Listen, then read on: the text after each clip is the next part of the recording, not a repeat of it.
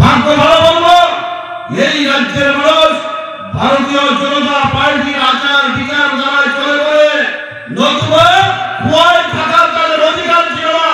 যেভাবে খোয়াইকে ধ্বংস করেছে খোয়াইয়ের মানুষ মেনে নিল না, শুধু ভারতীয় জনতা পার্টির বিচার দ্বারা এই মানুষ মান্যতা দেয় বলে তার দরুন খোয়াই থেকে কোনো রাজনীতি করার সুযোগ পাচ্ছে না। হয় ভারতীয় জনতা পার্টির কাছে, সেই যুব মোর্চার কাছে, সেই যারা কয়েকজন রয়েছে সেটা তুচ্ছ ব্যাপার। বাড়ি ঘর ছেড়ে পার্টি অফিসে আতুর ঘর, আগামী দিন থাকবে না সেই আতুর ঘর।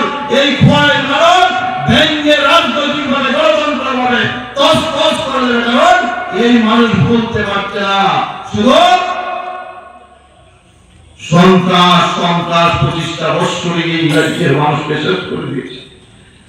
আজকেও শহীদ পরিবার ভুলতে পারছে না, খোয়াইন্দার পরিবার ভুলতে পারছে না, তপন দেবরায়ের পরিবার ভুলতে পারছে না। আপনারাই বলুন না, আপনারাই বলুন, যদি আপনাদের মামার পরিবারের মনটা হতো ভুয়া দিয়ে মা বাবার চোখের জল বুক ভেসে যাচ্ছে, বিচার পাচ্ছে না, বিচার হয়নি।